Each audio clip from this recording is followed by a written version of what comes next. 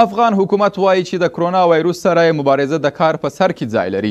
سرور دانش د ولسمشر دویم مرستیال چې د هرات نوي والي خپلو همکارانو ته وپېژندی او د کوویډ 19 ناروغۍ سلبستریزه روغتون یې پرانیست، ویل چې هڅه یې دا ده چې کرونا وایروس ژر تر ژره په هیواد کې له منځه یوسي.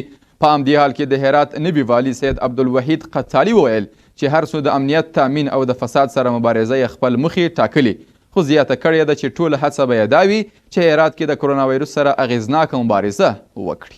نور حال په راپور کې. د هرات والي په داسې حال کې بدلیږي چې د کرونا وایروس مثبتې پیښې په هرات کې ډېرېدونکې ده. د هرات نوی والي سید عبدالوحید قتالي چې نن یې د ولایت مقام په انګړ کې د رسنیو په مخ کې خبرې کولې، وویل د امنیت تامینولو او فساد سره د مبارزې سربیره به اصلي کړنلاره په هرات کې د کرونا وایروس سره مبارزه وي، ترڅو خلک د دې ناروغۍ څخه ډیر اغیزمن نشي.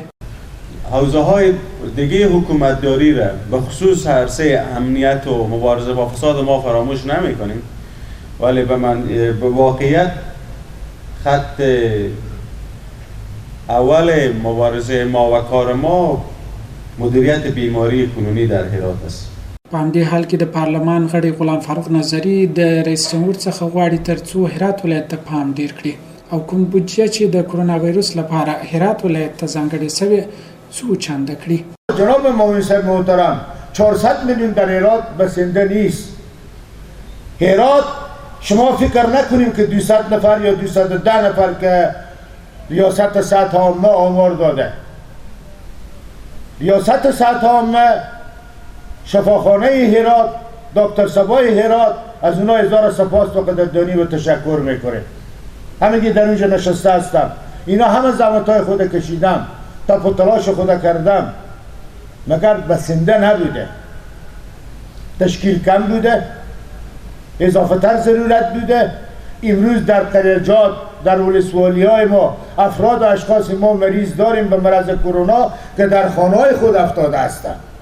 د هیواد د جمهوریت ریاست دوهم مرستیال سرور دانش چې هرات ولایت د نوي والي پیژندلو او کرونا وایروس د خپرېدو مخنیوي لپاره سفر کړی.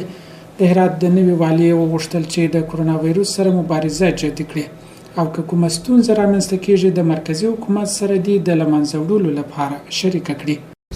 جناب آقای قتالی، شما فرزند هرات هستید.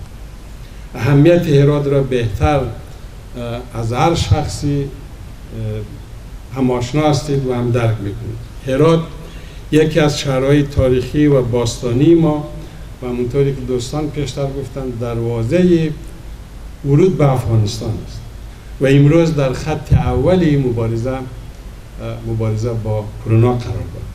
به این جهت هدف اصلی از مقرر شدن شما در وظیفه به عنوان والی هرات این است که مبارزه با کرونا در رأس اولویت‌های شما قرار بگیرد.